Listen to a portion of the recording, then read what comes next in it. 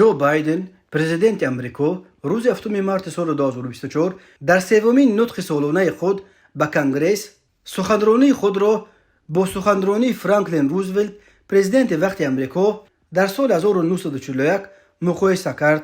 آن وقت روزولت ماه ینور سال 1941 زمانی که جنگ جهانی دوم ادامه داشت در پیامش در کنگره مردم امریکا را هشدار داده بود که کشور آنها در آستانه یک جنگ بزرگ قرار دارد. بایدن در پیام سالانه‌اش گفت هدف روزولت از آن سخنرانی آگاه کردن وکیلان کنگره و مردم امریکا از یک دوره غیر عادی در تاریخ بود و امروز نیز هدف من این ثابت کردن چنین یک حالت غیر عادی برای شماست. پس آن بایدن از جنگ اوکراین یادآور شده به ولادیمیر پوتین رئیس جمهور روسیه دررفتید. او با خطاب به پرزیدنت روسیه گفت که پیام من به پوتین این است که امریکا به قول خود عمل خواهد کرد. ما شریکان خود را تنها نمیگذاریم و من تسلیم نخواهم شد.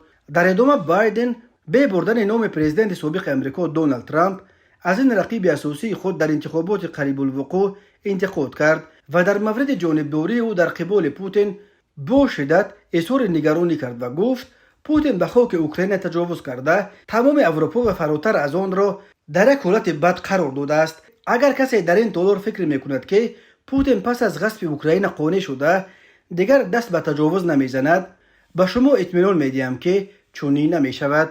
بایدن گفت که یک رئیس جمهور سابق جمهوری امریکا که پیش از من پرزیدنت این کشور بود به پوتین میگوید هر کار خواهی بکن.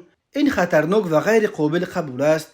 در عموم بایدن در پیام سالانه‌اش نه کمتر از 13 مرتبه به بردن نام دونالد ترامپ از او یادآور شده ترامپ را زیر توضیحات تنقید گرفت. دونالد ترامپ چون هر وقت به یک شکل خاصی که دارد کوتاه و به تفضیل در صحیفه شخصی خود در پلتفرم تروث سوشال جواب به گفته‌های بایدن نوشت که او بایدن به ضد پوتین ایستادگی نکرد بلکه اوکراین را به پوتین داد. همچنین بایدن با خطاب به وکیلان جمهوری کنگره که اکثرش تصویب بستن نوع کمک‌ها به اوکراین را با تحکیم مرزهای جنوبی امریکا برای پیشگیری از موج مهاجران بستگی دادن تاکید کرد که اگر ما در کنار اوکراین بیستیم و سلاح‌های لازم را برای آنها بدهیم اوکراین میتواند پیش روی پوتین را بگیرد و او را بازدارد. این تنها چیزی است که اوکراین از ما میخواهد. آنها از ما سرباز امریکایی نمیخواهند، تنها سلاح برای دفاع طلب دارند.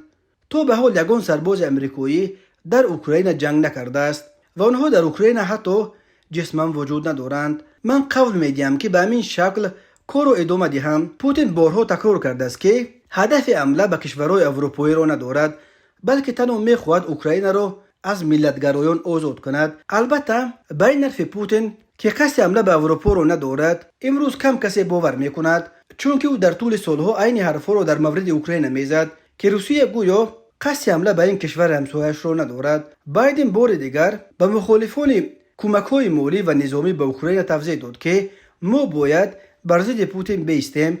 اگر ایالات متحده آمریکا اوکراین را به حال خود گذارد این کشور در ورطه خطر قرار میگیرد. اوکراین در خطر باشد پس اروپا در خطر است و همین طور تمام کشورهای دموکراتی در خطر قرار میگیرند. بایدن 81 ساله در این سخنرانی 68 دقیقه خود همچنین پیرامون نیم سال جنگ در غزه، رقابت با چین، ایستادگی بر ضد ایران و مسائل داخلی امریکا صحبت کرد. وکیلان از حزب دموکرات در طول سخنرانی او چند بار از جا خسته کفکوبی کردند.